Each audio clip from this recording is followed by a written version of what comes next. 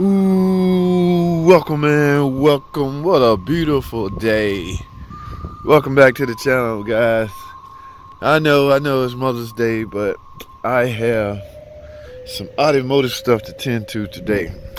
In fact, I have to run. Look at my neighbors.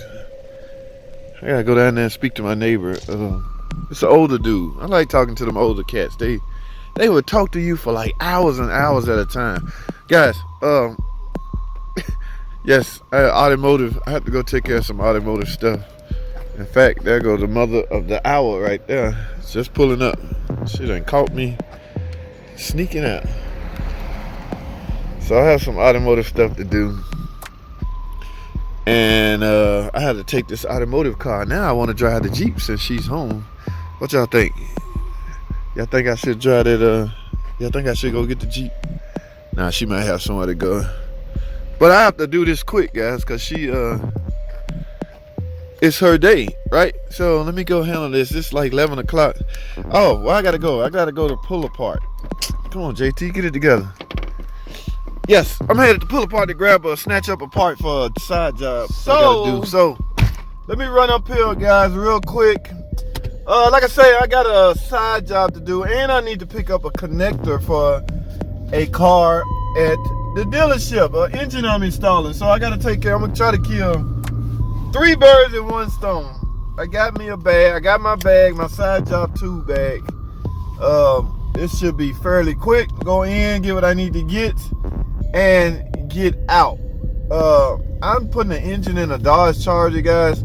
For some reason, I don't know what's going on, but the alternator, the connector to the alternator is melted. The customer, they jacked it up. So I'm just gonna cut out a piece of a connector for that terminal. The alternator may be bad for all I know. I don't know, but I gotta at least get the connections right, because after you install a engine, guys, all responsibility or everything is on you. You're technically married to that car. I told y'all before, I have quite a few wives out there. Alright, I'm no longer married to one car. I'm a bigamist. In some cases, no, it's 3. I'm a trigamist. It's 3 cars out there I know I'm married to. So would that make me a trigamist? I don't know. But anyway, yes, and this will be the 4th, because once I put this engine in, everything, don't matter what happens from now on, I will be blamed for, I will be responsible for. So I want this car to be right. So I'm gonna grab a connector for the alternator off of it. Now, as far as what the side job lady I'm doing, she do not have, it's a hard to find part, number 1. Number 2, it's been discontinued. Y'all know just about everything on the PT Cruiser from a dealer brand new OEM standpoint has been discontinued. They slowly phasing building those parts out. You can no longer get a OEM computer for that car. You can no longer get, at least this is what I heard, in some cases, a TIPM. Okay, you can't get an OEM TIPM. But however, a lot of the aftermarket companies have stepped up, and now you can get this stuff from them. Now, as long as, in my opinion, guys, a lot of guys ask me, what do you think about buying it used? Not used, but what do you think about buying it new from a aftermarket source? You're not going to get anything new from an aftermarket company, guys. That's what they do. They take older parts and recondition it. So you may get a rebuilt TIPM, or you may get a reconditioned TIPM. Okay, the thing about that is, I don't know, what do these companies take these boxes, go in them, inside of them, look at every solder joint, look at everything, because they don't have a history on the box, right? So they can't say this one failed from let's say a fuel pump standpoint, because y'all know on the 06, the generation 2 PT Cruiser, there was no fuel pump relay. All right, that circuitry is built inside of the TIPM. So just say these aftermarket companies, they go to all the scrap yard, the salvage yard, and buy up all the TIPMs. They don't know the history of them. They don't know what the problem is. I'm sure they're going to visually look at all this stuff. Now, how are they able to test every circuit and make sure everything is good? I don't know. There might be a machine for that. It's just that I don't know. So yes, there is a level of risk when buying rebuilt or reconditioned electrical components. There's always a risk, okay?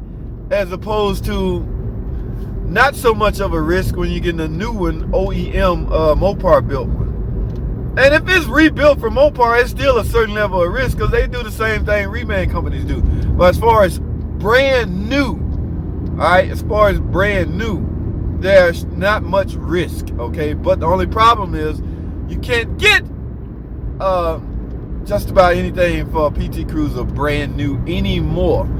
All right, so, but people always ask me what my thoughts on a used one. You can get a used one. And here's my thing, guys. Anything that, any device, any part that you buy and the company that's selling it to you, if they will offer you some form of a warranty and they stand by it, then that's not much of a risk, okay?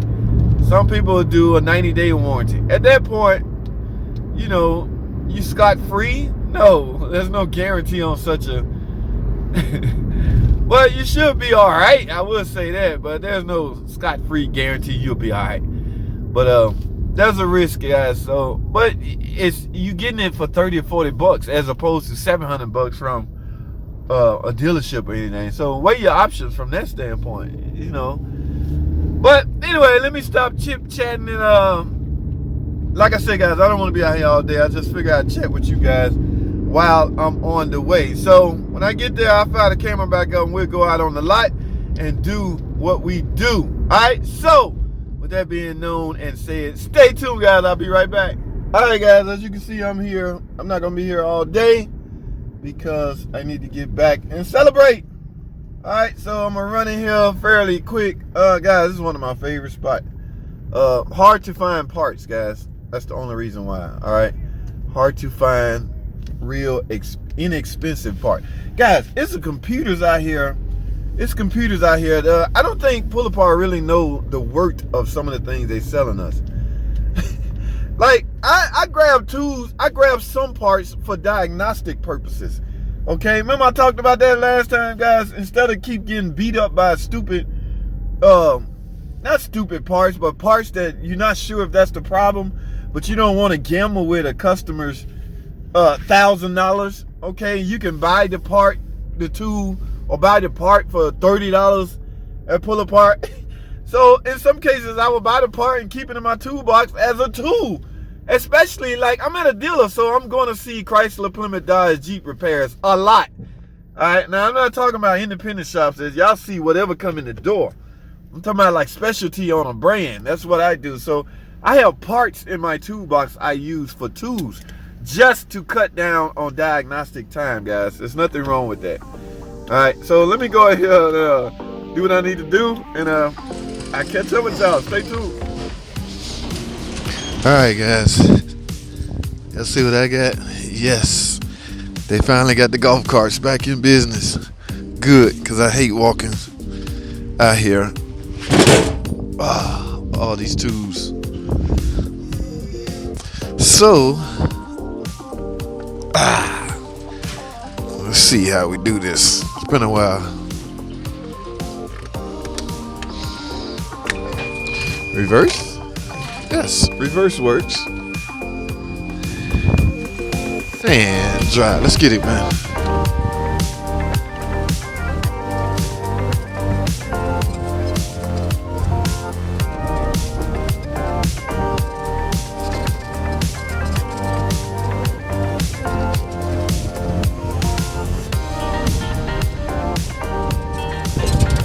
Alrighty, guys, 400. I'm in the Dodge section, so what I'm looking for is a deckgum 07.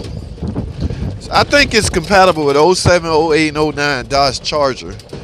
I need the freaking, number one, I need an alternator connector, and I think that connector is the same as a injector connector or ABS connector. But what is this? This is 300, and 300s are the same too, guys. I didn't get the there goes some chargers. 2 in a row, guys. How lucky am I? Now let's see if the alternators are in here. All right, let's get it. 06, I'm sure it's the same. 2010. They all the same. Now mine's had a 3.5 in it. This has a, oh man, they leave these things sitting out in the rain. The alternator probably, whoa, 3 charges in a row, guys. Here go one right here. Oh, they all got 2 7s in it. I don't think that matters. Oh, look at the sludge. Oh, 2 7, your typical. Oh, good God Almighty, guys, look at this.